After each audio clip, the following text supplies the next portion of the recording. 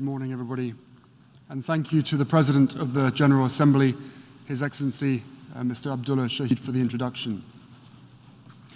And thank you to the Nelson Mandela Foundation for inviting me to speak on this day of all days.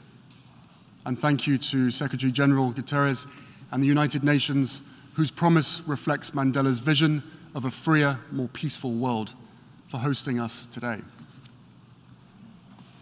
It is an honor to join you all on Nelson Mandela International Day. Having spent time with many of Mandela's family members over the years, I speak to you today with humility, mindful of how much the man they loved means to so many. Those of us not fortunate enough to know Mandela well have come to understand the man through his legacy, the letters he wrote alone in his prison cell, the speeches he delivered to his people, and those incredible shirts that he sported. We've also come to know him through the photographs of a person who, even when confronting unimaginable cruelty and injustice, almost always had a smile on his face. For me, there's one photo in particular that stands out. On my wall and in my heart every day is an image of my mother and Mandela meeting in Cape Town in 1997. The photo was presented to me by the late Archbishop Desmond Tutu, whose friendship and inspiration were their own treasured gift. My wife and I had the honor of introducing our 4-month-old son to him back in 2019. But when I first looked at the photo, straight away what jumped out was the joy on my mother's face, the playfulness, cheekiness even, the pure delight to be in communion with another soul so committed to serving humanity. And then I looked at Mandela. Here was a man with the weight of the world on his shoulders, asked to heal his country from the wreckage of its past and transform it for the future. A man who had endured the very worst of humanity, vicious racism and state-sponsored brutality. A man who had lost 27 years with his children and family that he would never get back. 27 years. Yet in that photo and so many others, he is still beaming, still able to see the goodness in humanity, still buoyant with a beautiful spirit that lifted everyone around him. Not because he was blind to the ugliness, the injustices of the world, no, he saw them clearly. He had lived them, but because he knew we could overcome them. In our own time, a time of global uncertainty and division, when it's all too easy to look around and feel anger or despair, I've been inspired to go back to Mandela's writings for insight into how this could be, how he could experience so much darkness and always manage to find the light. There I found a few lines that stopped me in my tracks.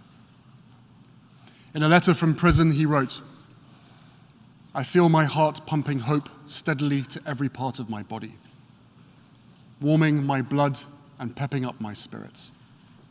I am convinced that floods of personal disaster can never drown a determined revolutionary.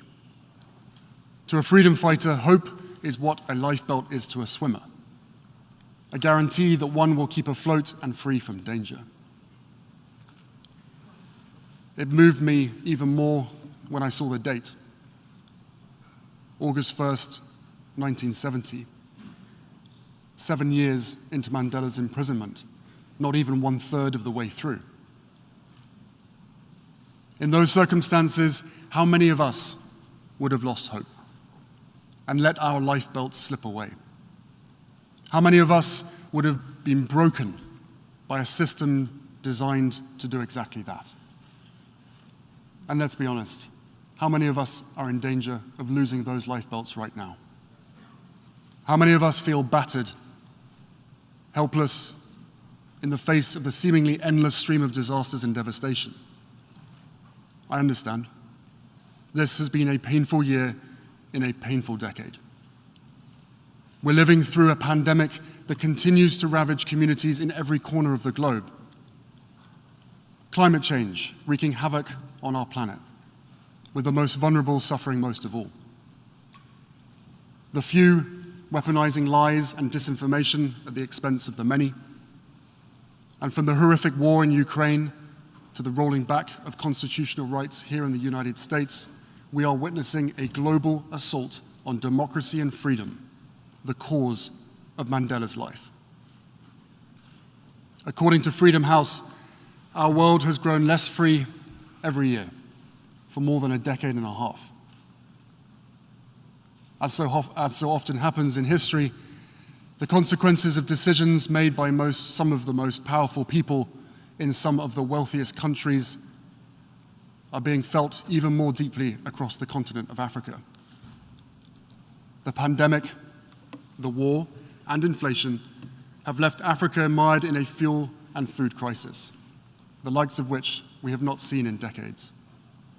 Worse still, this comes at a time when the Horn of Africa is enduring the longest drought it's faced in close to half a century.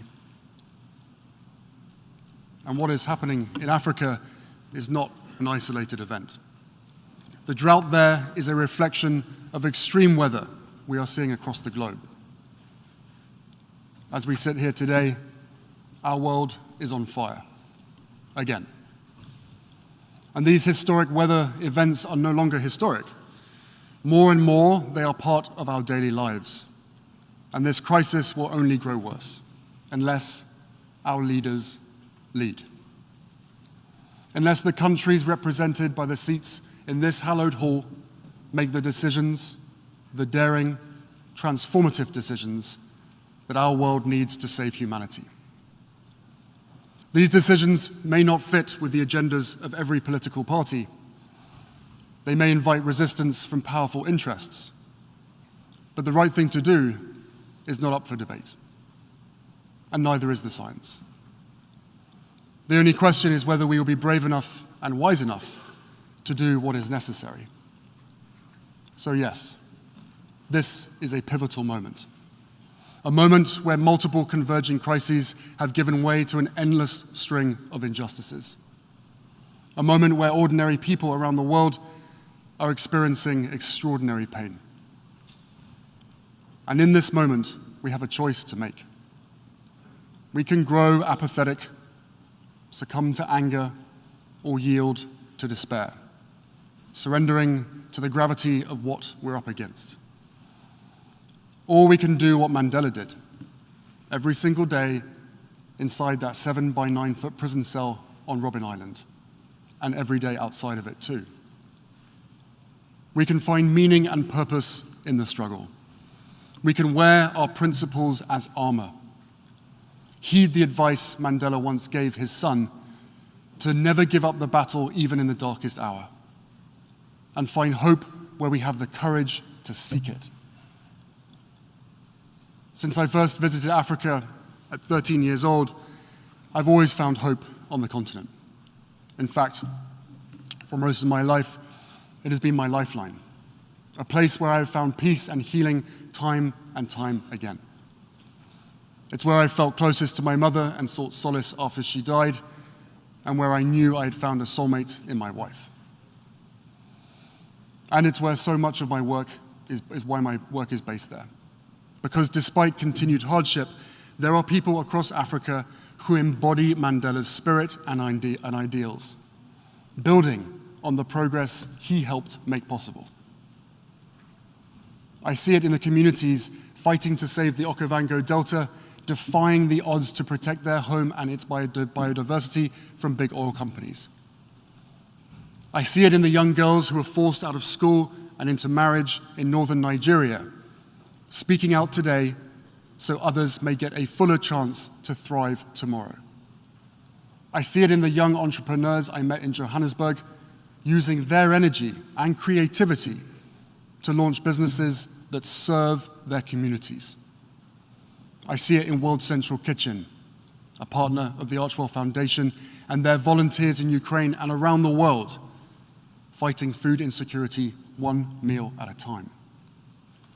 I see it in the vulnerable children of Lesotho and Botswana, orphaned by HIV, striving for a better future, which we support through our organization, Centre Bali. I see it in the newest generation of activists for equality and justice, who are mobilizing people of all ages and races, all faiths and walks of life, to lace up their shoes and join the march. And I see it in the parents I meet around the world, as determined as Mandela was to give their children a better shot at a brighter future, to prioritize their own and their children's mental health and well-being, to reject old ideas and past prejudices, to heal from the past and build resilience for the present and future, because they know the price of inaction will be paid by the next generation. In their strength and in their deeds, Mandela's legacy shines as brightly as ever. They are my lifebelt. I hope they can be yours too. Because right now, the water is rising all around us. In some places, quite literally. So it's more important than ever that we seek a purpose greater than ourselves and get to work. After all, Mandela was not only a man of conscience, he was a man of action. He organized millions, inspired billions, joined hands not only with those who loved him, but those who had once jailed him, to build a better future for all. What Mandela understood was that true legacy transcends one's own needs and the passage of time. It defies the moment. Its relevance never ceases. Legacy does not belong to the self. It belongs to those it impacts.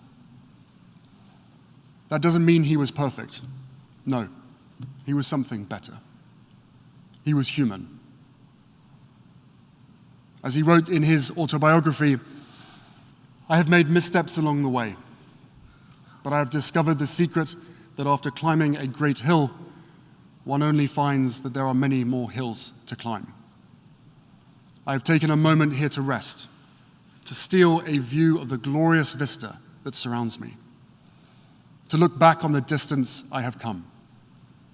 But I can rest only for a moment, for with freedom comes responsibilities, and I dare not linger, for my long walk is not yet ended. It has been almost a decade now since Mandela's own walk on this earth finally reached its end. But what he taught us again and again is that it was never his walk alone. It was all of ours. It is all of ours. And what a beautiful gift, especially as a dad of 2 young children myself. The message that this world is meant to be shared.